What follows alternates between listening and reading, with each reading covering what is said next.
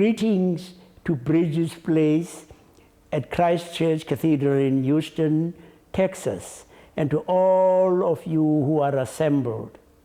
My name is Desmond Mbilo Tutu. I send my congratulations and encouragement to all of you as you gather for this interfaith event.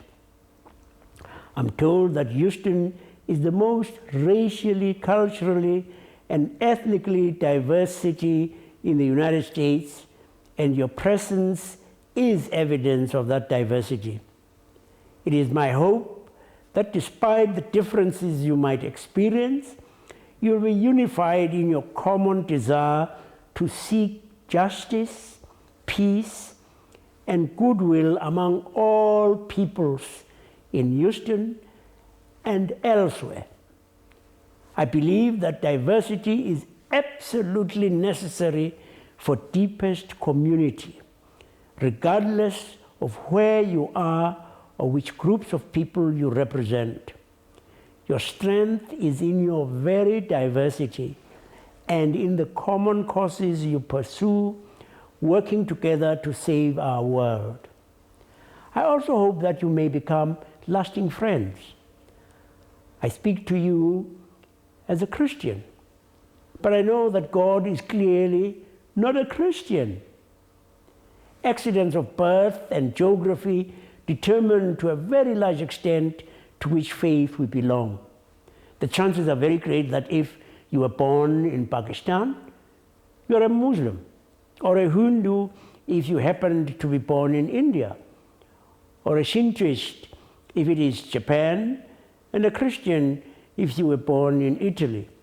We must acknowledge people of other faiths for who they are in all their integrity, being ready to learn from one another, not claiming that we alone possess all truth and that somehow we have a corner on God.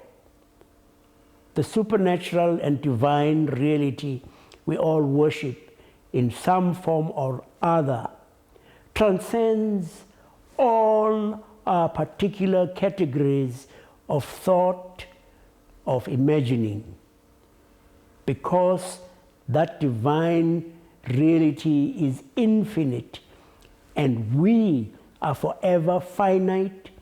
We shall never comprehend that reality completely. So we should share all the possible insights and be ready to learn from religions other than our own.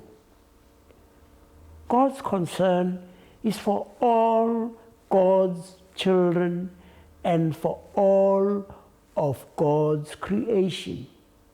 To claim God exclusively is to make God too small, and in a real sense is blasphemous.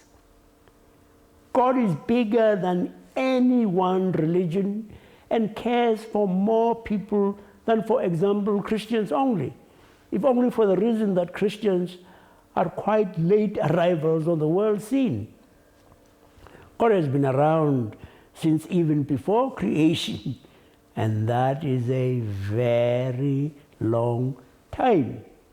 Isn't it obvious that any one religion does not have a monopoly on virtue, on intellectual capacity, on aesthetic know-how? And wonderfully, it does not matter. Is God dishonored that Mahatma Gandhi was a Hindu who inspired others with his teachings of Satyagraha, including Dr. Martin Luther King Jr. in his civil rights campaign?